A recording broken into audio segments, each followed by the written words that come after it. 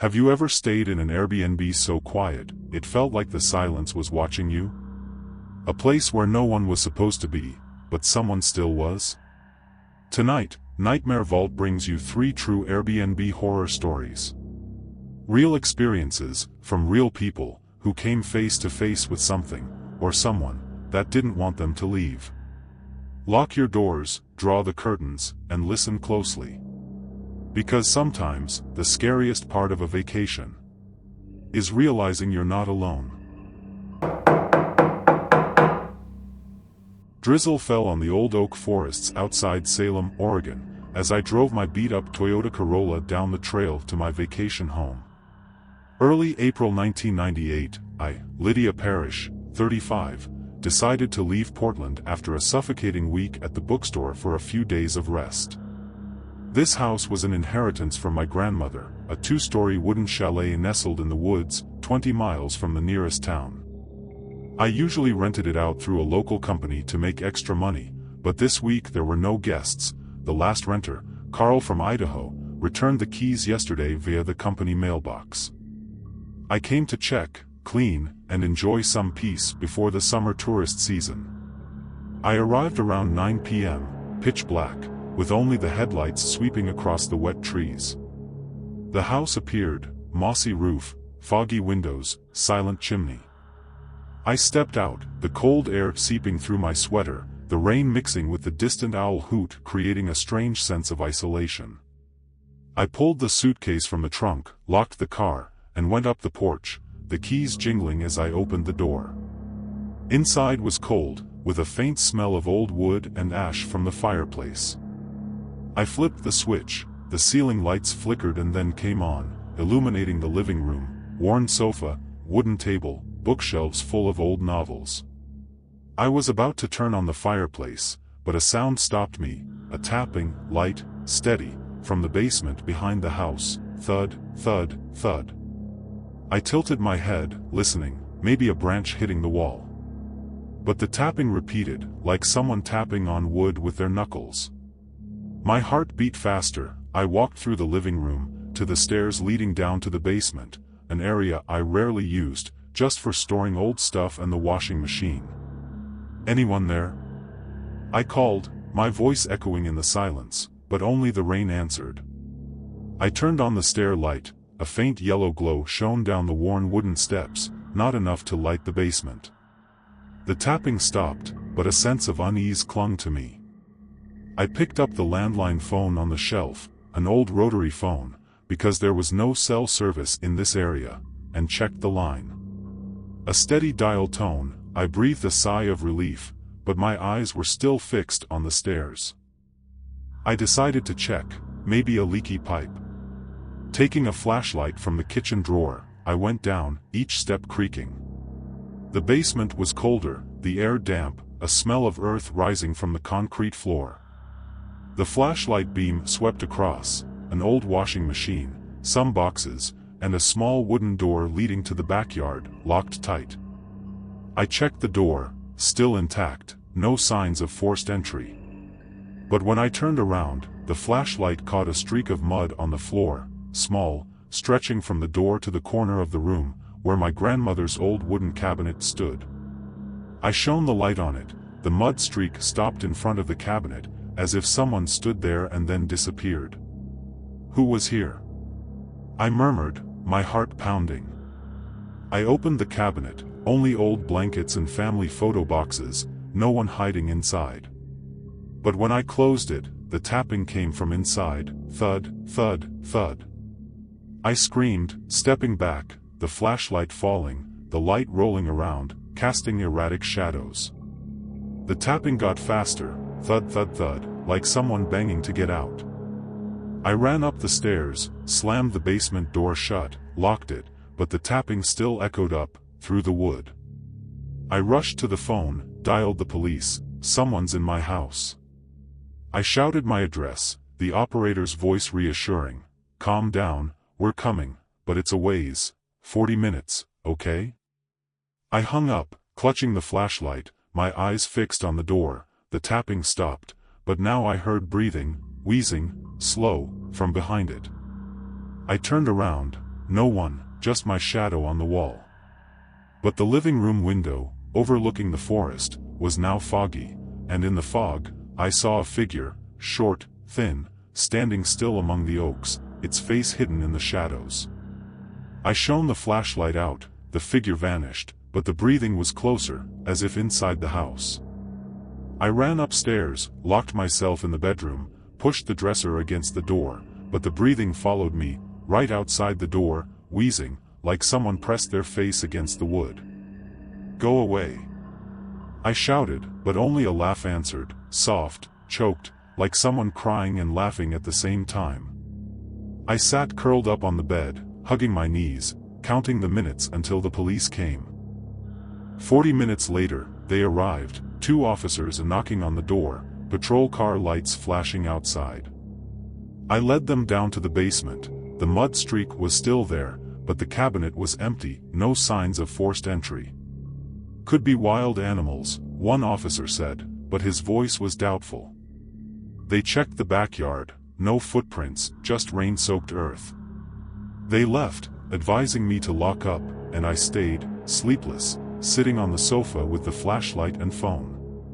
The next morning, I checked the rental records from the company.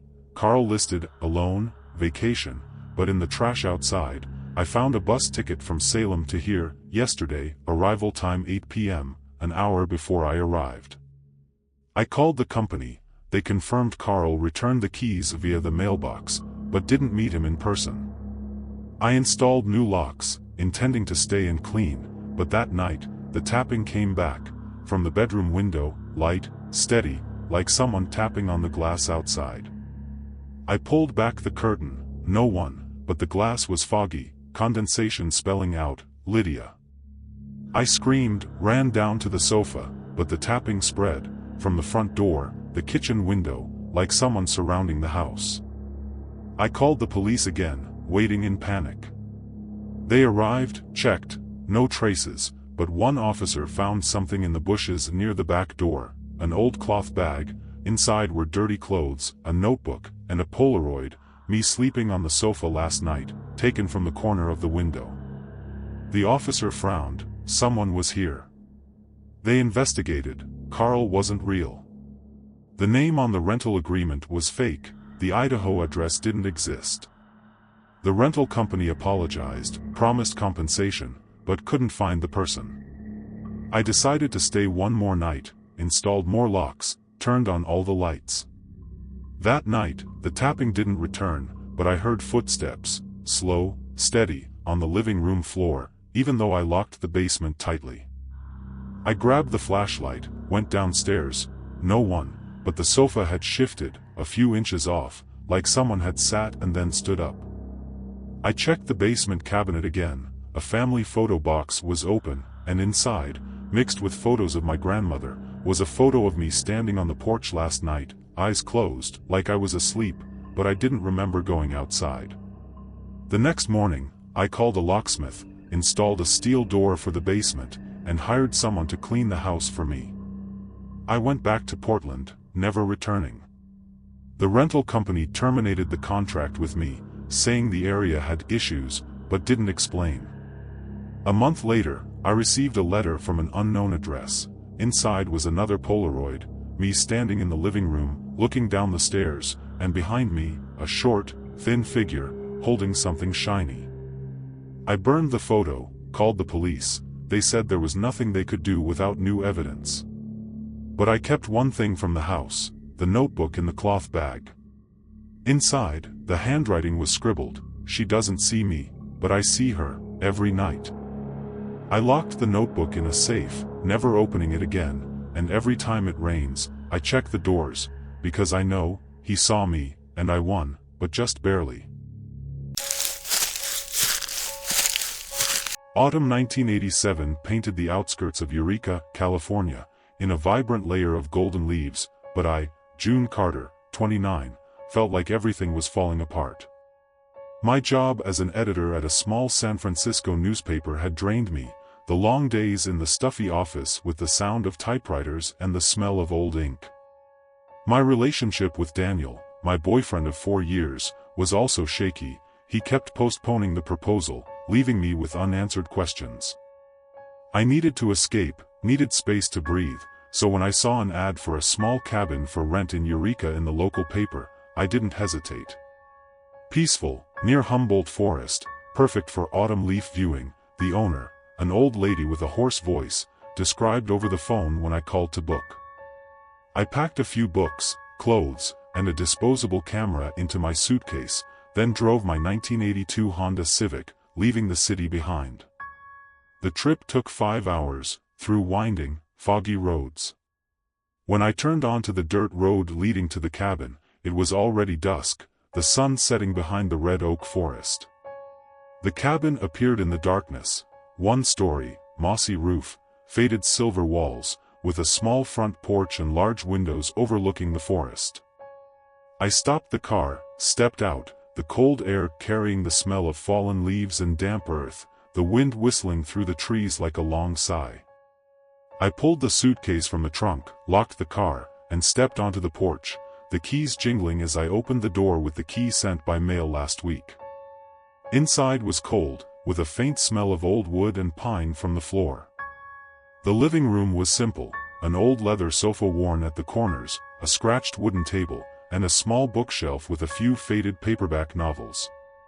I flipped the switch, the ceiling lights flickered a few times and then came on, the dim yellow light illuminating the wooden ceiling, casting my shadow long on the floor like a distorted figure. I was about to light the fireplace to ward off the cold, but a rustling sound outside the window stopped me, light, steady, like someone dragging their hand through dry bushes. I thought it was the wind. Autumn here was always full of natural sounds, but the rustling continued, now louder, like footsteps on dry leaves, slowly circling the house. I walked to the large window in the living room, pulled back the curtain. The forest was pitch black, only the shadows of trees swaying in the dim moonlight. Probably a deer, I told myself, but my heart beat faster, a sense of unease creeping into my chest. I checked the front door, locked tight, then went around to the small kitchen in the back, where there was a back door leading to the forest. The door latch was still intact, no signs of tampering. I breathed a sigh of relief, returned to the living room, lit the fireplace. The fire crackled, casting warm light on the walls, but couldn't dispel the chill in my bones. I sat on the sofa, opened Stephen King's Pet Sematary, a bad choice for my mood, but I needed something to distract me. I read a few pages, trying to focus on the words, but the rustling came back, now closer, right outside the front porch. I put down the book, turned off the table lamp to see better through the window, no one, but the firelight cast on the porch, and I saw a shadow, long, thin, gliding across the edge of the porch and disappearing into the darkness of the forest. I gasped, telling myself it was just fatigue from the long trip, but my eyes were glued to the window, waiting. Nothing more, just the sound of the wind and the crackling fire. I left the lights on, lay down on the sofa, the book falling to the floor, but sleep didn't come. Every small sound from the forest startled me. Near dawn, I woke up cold. The fireplace was out, even though I clearly remembered adding 2 large logs before dozing off. I stood up, rubbed my hands to warm them, about to relight the fire, when I heard a screech, high, short, like fingernails scratching glass, from the kitchen window.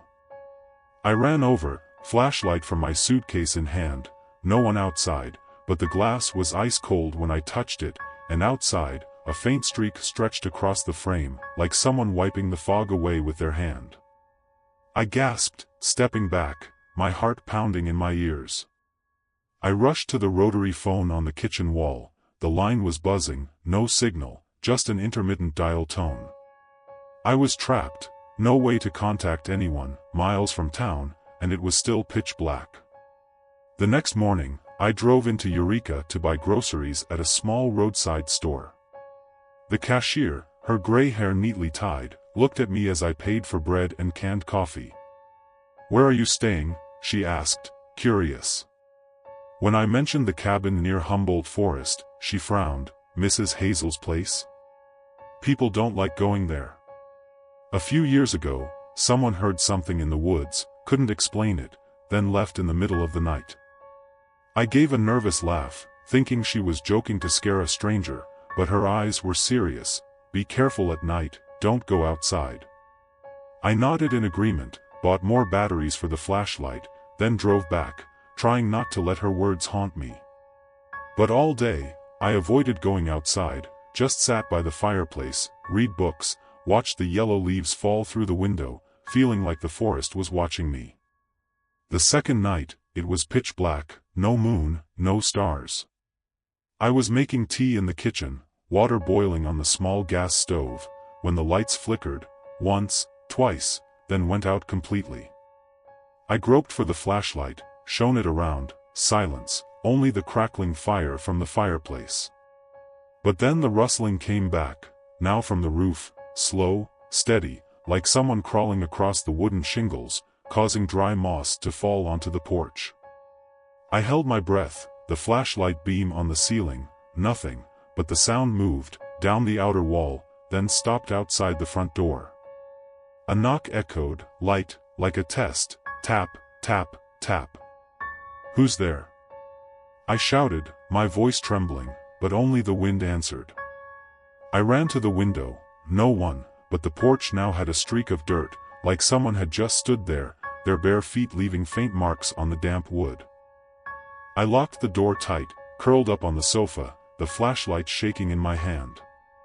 The knocking came back, now from the kitchen window, faster, tap tap tap. I shone the light out, no one, but the glass vibrated slightly, as if being pushed. Then a voice echoed, deep, hoarse, from outside the front door, "June, open the door," I screamed, backing into the corner of the room, the flashlight falling to the floor, the light rolling on the walls. The voice repeated, closer, "June." "I'm cold," I hugged my knees, whispering, "Go away, please," but the knocking spread, windows, front door, walls, like someone surrounding the house. I heard breathing, wheezing, close to the window, and through the curtain, I saw a hand, thin, pale, long nails, pressed against the glass, leaving a faint streak. I ran to the attic, a small space with a single bed, a thin blanket, and a round window overlooking the forest. I locked the attic door, pushed an old wooden table against it, but footsteps echoed on the stairs, slow, heavy, like someone pulling themselves up each step, making the wood creak. I looked through the round window.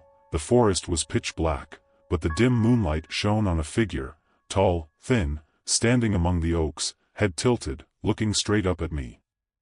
The knocking was now right outside the attic door, tap, tap, tap. "June." "I'm hungry," the hoarse voice echoed, and the door shook, as if being pushed hard. I screamed, banged on the window for help, even though I knew no one would hear. The forest was silent, only the knocking and breathing answered. I sat curled up on the bed, hugging the blanket, counting the minutes until dawn. Near sunrise, the knocking stopped, silence, suffocating, like the forest was holding its breath.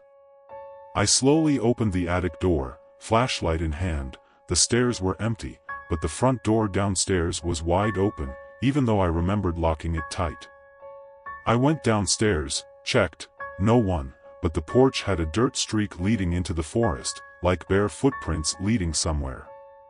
I packed my things, threw the suitcase into the car, drove back to San Francisco, not looking back. On the way, I stopped at a gas station, called Mrs. Hazel from the public phone. She scoffed through the receiver, "You must be imagining things. My house has no problems. Don't call again."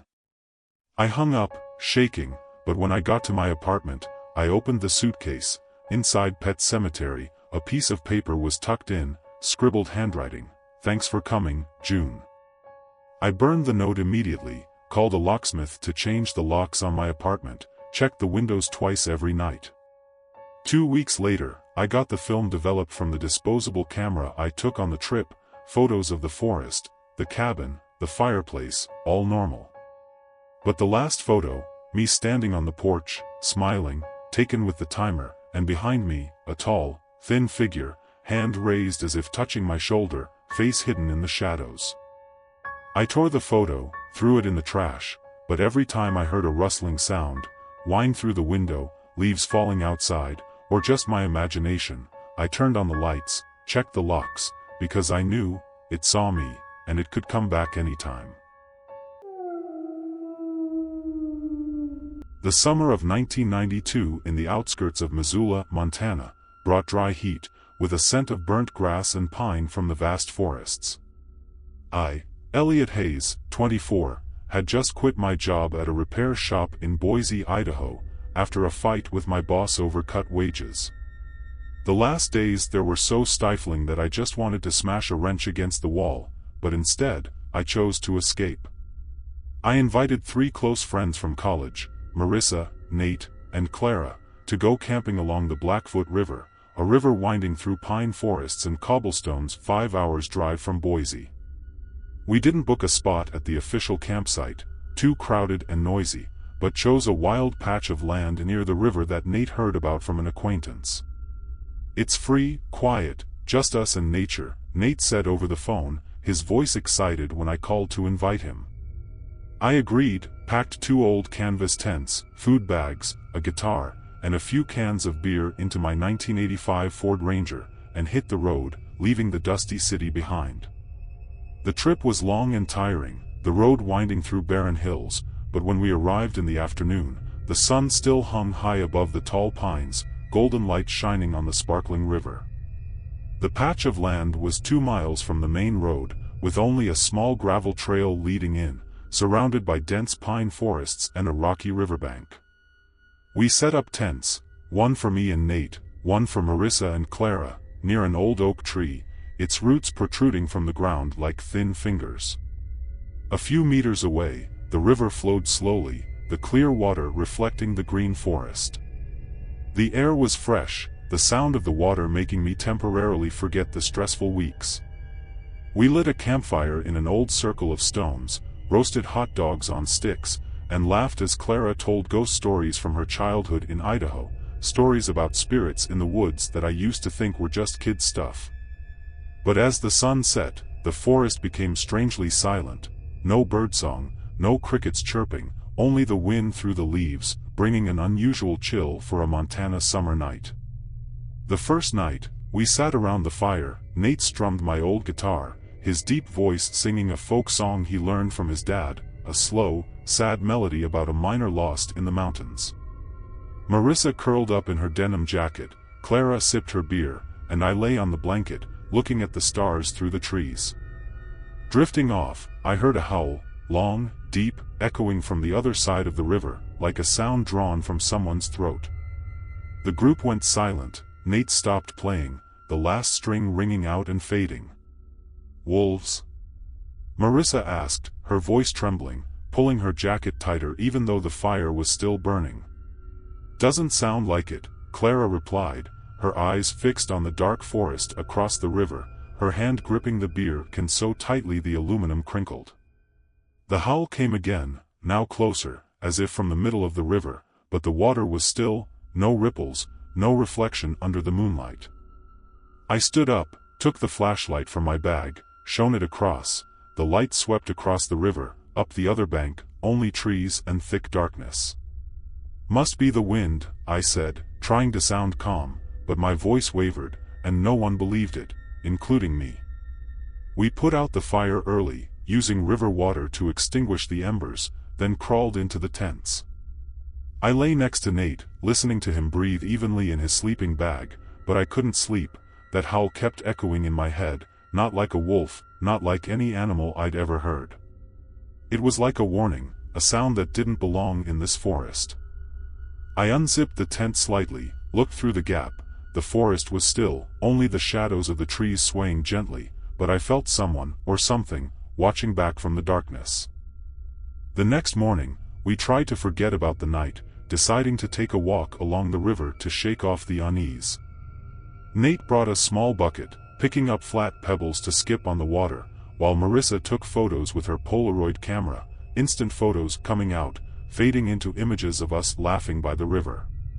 Clara found a large rock near the edge of the forest, about 100 meters from the tents, its surface carved with strange symbols, squiggles like runes, worn by time and rain. "Probably Native American," Nate said, touching the rock, but Clara frowned, tilting her head. Looks more like handprints. See these lines? Like fingers pressed in. I laughed, thinking she was joking, but looking closely, the lines really did look like fingerprints pressed into the rock, as if someone had gripped it tightly and left a permanent mark. That's creepy, Marissa whispered, taking a photo of the rock, but the photo came out blank, as if glitched. We returned to the tents, had lunch with sandwiches and chips, but all day, I felt like someone was watching me from the woods, a cold stare, through the thick leaves, making my skin crawl. The second night, it was hotter, the air stifling even though the wind blew strongly across the river, carrying the smell of damp earth. We didn't light a fire, afraid of attracting something from the forest, instead sat in Nate's tent, playing Uno under the oil lamp hanging from the tent ceiling. Near midnight, the howl came back, now sharper, closer, like right outside the tent, making me drop my card. Clara gripped my hand, her nails digging into my skin, whispering, "It's out there." I unzipped the tent, looked out. No one, but the bushes near the river shook violently, as if someone had just run through, dry leaves flying everywhere. Nate grabbed the flashlight, shone it around. The light caught a pair of eyes, bright, yellow, floating between two pine trees, about 2 meters above the ground, then disappeared when he shouted, "What was that?" Marissa covered her face, muttering, "Wild dogs? Bears?" But her voice wavered, and I shook my head. No animal howled like that, no eyes shone like that in the dark. We sat still, waiting, the oil lamp flickering as the wind blew through the tent gaps, but the howl didn't return. Instead, a screech echoed, high, piercing, like metal scraping on rock, from the rock we saw this morning. I stood up, flashlight in hand, about to go out. Nate pulled my arm. "Don't, what if it's a bear? Or a crazy person?" But I didn't listen. I needed to know, needed to end this unease. I stepped out, the group reluctantly following, flashlights sweeping through the dark forest. When we reached the rock, the screech stopped, but the air was heavy, like someone standing right behind us, their cold breath on our necks. Clara screamed, pointing. On the rock, the carvings were different. The squiggles were now clearly handprints, bright red, as if painted with blood, dripping onto the moss below. I shone the light around. No one, but breathing, wheezing, slow, came from the bushes nearby, and dry leaves rustled as if someone moved. We ran back to the tents, our hearts pounding, but the breathing followed, now closer, like right outside the canvas, making the tent shake slightly. Marissa sobbed, Clara hugged her, whispering, "What's happening?" and Nate shouted, "We have to go, now." I nodded, but as I unzipped the tent to run to the car, a hand, thin, pale, long nails, reached through the gap, grabbed my wrist, ice cold. I screamed, jerked away, the hand disappeared, but the howl echoed, this time from all around the forest, like dozens of voices together, surrounding us. We didn't wait, grabbed our bags, threw them into the truck. I floored the gas, tires skidding on gravel. The howl chased us, fading, but not stopping until we left the forest, the streetlights of Missoula flashing ahead. The next morning, we went to the Missoula police station, dirty clothes, messy hair, told the old officer behind the desk everything. He listened, frowned, tapped his pen on the notebook. That area used to be Native American land, but there's an old story. Campers went missing in the 70s, no bodies found. Could be wild animals, or poachers. He promised to check, but his eyes told us not to hope for much. The forest was too big, too wild. We drove back to Boise in silence, no one mentioning it, like an unspoken agreement to forget. But 2 weeks later, Marissa called me from her house in Boise, her voice trembling over the phone. "The Polaroids are developed, Elliot. You have to see this." She sent it by mail, a photo of us laughing by the river, summer sunlight on our faces, but in the corner, a tall, thin figure, standing between the trees, hand raised as if waving, face hidden in the shadows. I burned the photo in the sink, the ashes falling, but every time I hear the wind through my apartment window, I remember that howl, sharp, deep, like calling my name from afar. I never camped again, and I know, we escaped, but not quite safely. You've just heard 3 vacations that didn't go as planned. 3 stays that were supposed to bring peace and quiet, but delivered something far darker. If you've ever had an eerie experience in a rental, a strange noise you couldn't explain, or a feeling you weren't alone, tell us in the comments. We want to know what you heard behind the door. And if these stories gave you chills, don't forget to like, subscribe, and hit the bell. We have more, much more. Until next time, stay safe, and always check the locks.